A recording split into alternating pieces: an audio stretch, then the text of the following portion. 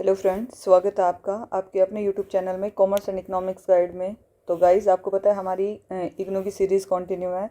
तो आज का हमारा टॉपिक रहने वाला है MEC 007, जो कि है इंटरनेशनल ट्रेड एंड फाइनेंस का। इसके 10 मोस्ट इंपॉर्टेंट क्वेश्चन के बारे में डिस्कस करेंगे हम। तो हमारा फर्स्ट टॉपिक रहने वाला है आज का Ricardian theory of comparative advantage. तो डेविड रिकार्डो की जो कंपैरेटिव एडवांटेज थ्योरी है क्या है, ये एब्सोल्यूट एडवांटेज से कैसे अलग है। तो रिकार्डो कहते हैं कि अगर एक देश दो चीज़ें बनाने में दूसरे देश से बेहतर है, एब्सोल्यूट एडवांटेज भी है उसके पास, तब भी उसको सिर्फ उस प्रोडक्ट पर फोकस करना चाहिए जिसमें उसकी अपॉर्चुनिटी कॉस्ट सबसे कम हो। ठीक है, जैसे ट्रेड दोनों देशों के लिए फ़ायदेमंद होता है। ठीक है, जैसे मान लीजिए यूएस से सॉफ्टवेयर और टी शर्ट दोनों बनाने में बांग्लादेश से फास्ट है, लेकिन यूएसए का जो अपना टाइम और पैसा सॉफ्टवेयर में लगाना चाहिए, क्योंकि उसमें क्या होता है उसको प्रॉफिट ज़्यादा होएगा। ठीक है, क्योंकि ये चीज़ हर कोई नहीं बना सकता, टी शर्ट कोई भी बना सकता, वो टी शर्ट बांग्लादेश से इम्पोर्ट कर सकता है। इस तरफ दोनों का फ़ायदा हो जाएगा, बांग्लादेश की भी इकोनॉमी में सुधार आ जाएगा और इधर इनको भी फ़ायदा हो जाएगा। ठीक है, नेक्स्ट है हमारा हेक्सचर ऑयलिन थ्योरी। तो ऑयलिन क्या कहते हैं हमारे की थ्योरम क्या है इसकी, फैक्टर एंडोमेंट का ट्रेड में क्या रोल है। जो हेक्सचर ऑयलिन कहते थ्योरी में कहते हैं कि एक देश वही चीज़ें एक्सपोर्ट करेगा जिसमें यूज़ होने वाली, हाँ जी, तो एचओ थ्योरी कहती है कि एक देश वही चीज़ें एक्सपोर्ट करेगा जिसमें उसे होने वाले रिसोर्सेज यानी फैक्टर लाइक लेबर या कैपिटल उसके पास भरपूर अबंडेंट मात्रा में और सस्ते में मिलेंगे। ठीक है, जैसे चाइना के पास जो लेबर है वो बहुत सस्ती है। ठीक है, और ज़्यादा भी है। तो क्या करती है वो, इसलिए वो जो टॉयज़ है, असेंबली इलेक्ट्रॉनिक की कुछ ऐसी चीज़ें आती है जो चाइनीज़ होती है, देखे होगे ना कितने सस्ते सस्ते टॉयज़ मिलते हैं, बहुत सारी चाइनीज़ चीज़ें होती है। अब तो फिर भी कम होगी, पहले हर चीज़ चाइनीज़ होती थी और वो सस्ते में मिलती थी हमें। तो क्या इंडिया क्या करता था, उससे एक्सपोर्ट करता था। ठीक है, और वहीं हमारे जैसे जर्मनी है, यूएसए के पास है पैसा और टेक्निकल, ये तो कैपिटल तो बहुत ज़्यादा है और टेक्निक भी है उनके पास, लेकिन उनके पास क्या लेबर की कमी है। अगर लेबर है भी तो वो क्या है, बहुत महंगी है। ठीक है, तो वो क्या करती है, उन्होंने कहा कि अगर आपके पास टेक्नोलॉजी है तो आप टेक का काम कीजिए, और वो हैवी मशीनरी एक्सपोर्ट करते हैं। ठीक है, और जिसके पास लेबर ज़्यादा होती है तो वो छोटी छोटी चीज़ों से उनके पास उन चीज़ों को, इलेक्ट्रॉनिक चीज़ों वगैरह को यूज़ कर लेते हैं। ठीक है, तो ये थी हमारी हेक्सचर ऑयलिन की थ्योरी। ठीक है, इसके बाद आता है थर्ड हमारा टैरिफ वर्स कोटाज प्रोटेक्शनिज्म। इसमें टैरिफ और कोटा में क्या डिफरेंस है और डोमेस्टिक मार्केट को प्रोटेक्ट करने के लिए कौन सा बेटर है। तो टैरिफ क्या होता है, बाहर से आने वाले सामान पर लगने वाला टैक्स क्या होता है, टैरिफ होता है। और जो कोटा होता है, बाहर से आने वाले सामान की क्वांटिटी मतलब मात्रा पर जो लिमिट लगाना है वो होता है, कोटा होता है। ठीक है, जैसे अगर इंडिया चाहता है कि लोग भारी कार्स ना खरीदे, मतलब जो बाहर की कंट्री है उनकी जो कंपनीज है उनकी कार नहीं खरीदे, ठीक है, तो वो क्या लगा सकती है, टैरिफ लगा सकती है। ठीक है, जैसे इम्पोर्ट ड्यूटी लगाना, तो उससे क्या होता है, कार महंगी हो जाती है। अगर कार महंगी होगी तो लोग कम खरीदेंगे, और अपनी कंट्री की जो कार है उन पे ये चीज़ें नहीं लगेगी तो वो सस्ती रहेगी। ठीक है, तो या फिर कोटा लगा सकती है, जैसे रूल बना दिया कि साल में सिर्फ 5,000 बारी कार ही आएंगी और टैरिफ से सरकार को टैक्स मिलता है, इसलिए इसे बेहतर माना जाता है। ठीक है, तो ये होती है हमारी रियल लाइफ एग्जांपल इसका, टैरिफ और कोटाज का। इसके बाद आता है कि balance of payment, BOP. BOP क्या होता है और करंट अकाउंट और कैपिटल अकाउंट में क्या फ़र्क है। बीओपी होता है एक देश का बाकी दुनिया के साथ सारे फाइनेंशियल ट्रांजैक्शन का रिकॉर्ड। ठीक है, वो होता है हमारा बीओपी। तो बीओपी क्या होता है भाई, हमारा बीओपी होता है कि एक देश का बाकी दुनिया के साथ जो सारे फाइनेंशियल ट्रांजैक्शंस होते हैं उनका रिकॉर्ड, तो वो किस में होता है, बैलेंस ऑफ पेमेंट में होता है। ठीक है, इसमें दो अकाउंट्स बनते हैं हमारे, करंट अकाउंट और कैपिटल अकाउंट। करंट अकाउंट आपको पता ही है, जो सामान और सर्विस का आना जाना, मतलब एक्सपोर्ट करना, इंपोर्ट करना, वो सारी चीज़ें करंट अकाउंट में आ जाएगी।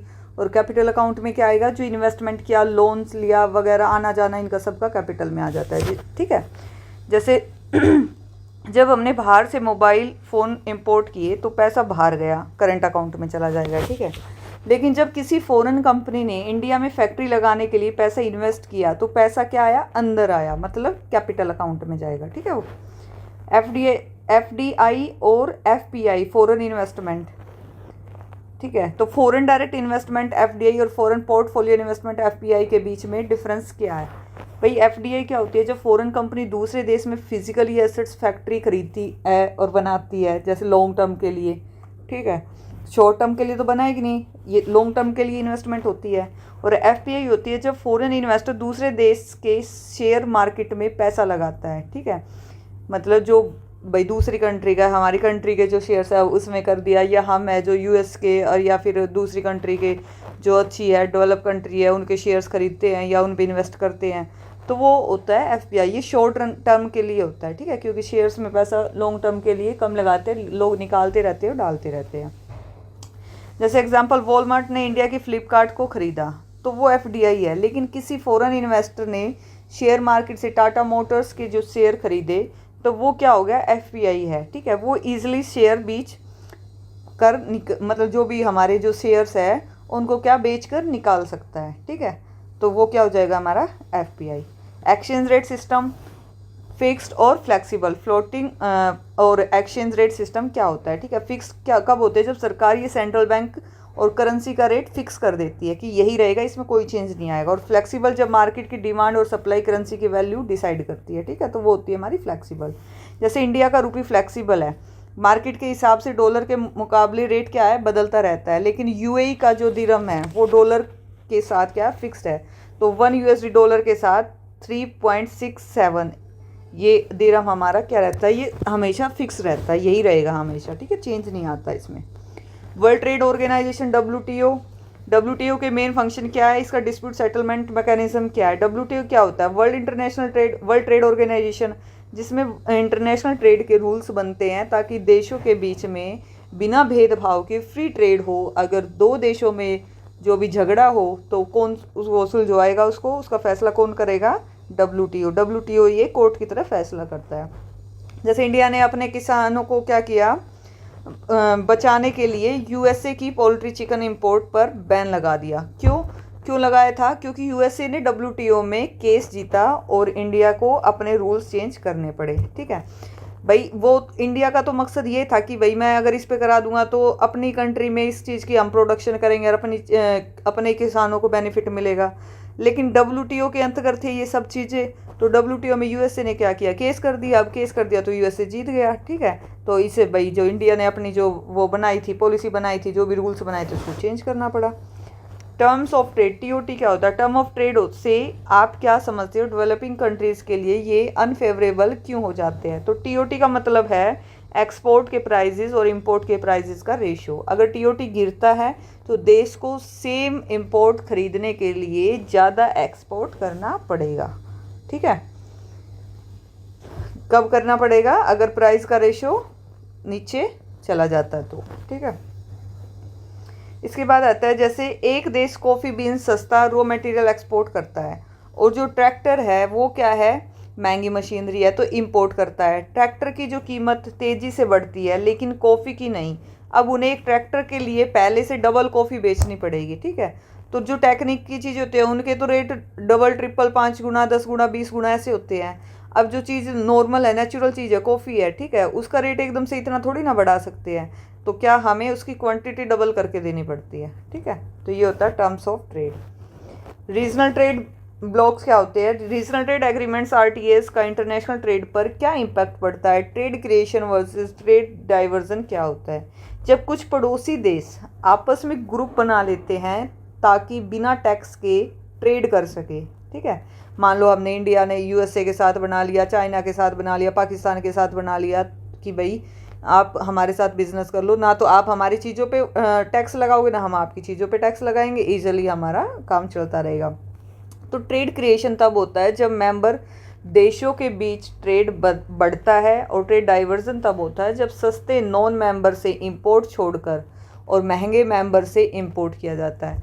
तो कुछ कंट्रीज़ क्या होती है, वो मना कर देती है तो हमें वहाँ से छोड़कर अगर किसी देश के साथ हमारी बनती नहीं है, जैसे अभी भी पीछे कुछ कंट्री के साथ ऐसे युद्ध चल रहा था, तो लोगों ने मतलब जहाँ से ये आ रही थी हमारी ये गैस वगैरह ऑयल वगैरह आ रहा था, अभी ये युद्ध हुआ था ना ईरान वगैरह का, इजराइल वगैरह का, तो उन्होंने क्या कर दिया भाई, ये बंद कर दिया।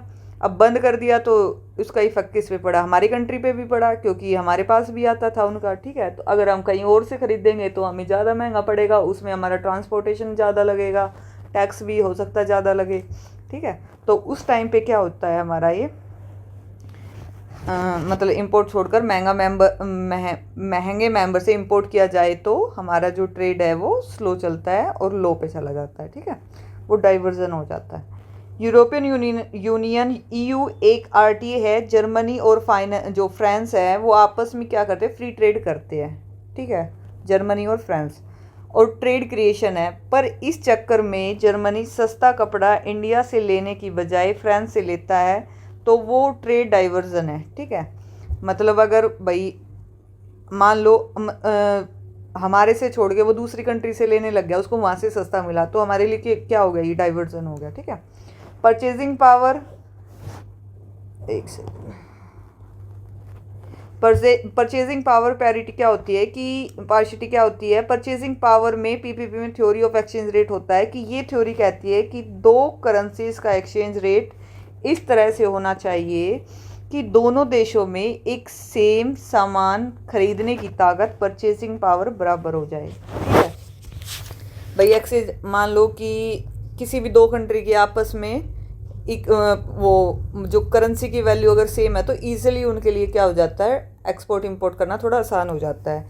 जैसे बिग बैंक इंडेक्स, अगर बर्गर यूएसए में $5 का मिलता है और इंडिया में 200 रुपये का, तो जो पीपीपी के हिसाब से सही एक्सचेंज रेट क्या है इसका, 200 रुपये, मतलब $5 equal to 40 rupees equal to $1 होना चाहिए, ठीक है। $1 40 रुपीज़ का होना चाहिए, उसके हिसाब से हमारे $5 में मिल रहा है तो 200 रुपये में मिल रहा है, ये हो जाएगा, ये होता है एक्सचेंज रेट, ठीक है।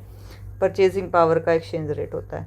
तो भाई ये हमारे टॉपिक्स थे। तो thanks to all for watching this video. If you like my video please like share and subscribe and support my channel.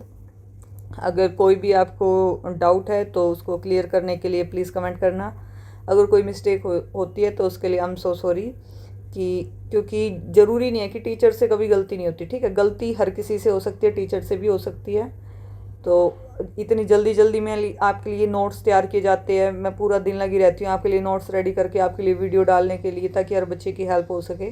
तो कहीं ना कहीं छोटी मोटी गलतियाँ होती रहती है, तो प्लीज़ उसको इग्नोर करना और सपोर्ट करना, ठीक है। और कुछ गलती हो तो बताना कि मैम ये गलती है, आप इसको ठीक कर लो, ठीक है। तो मैं उसको सुधारने की कोशिश जरूर करूँगी।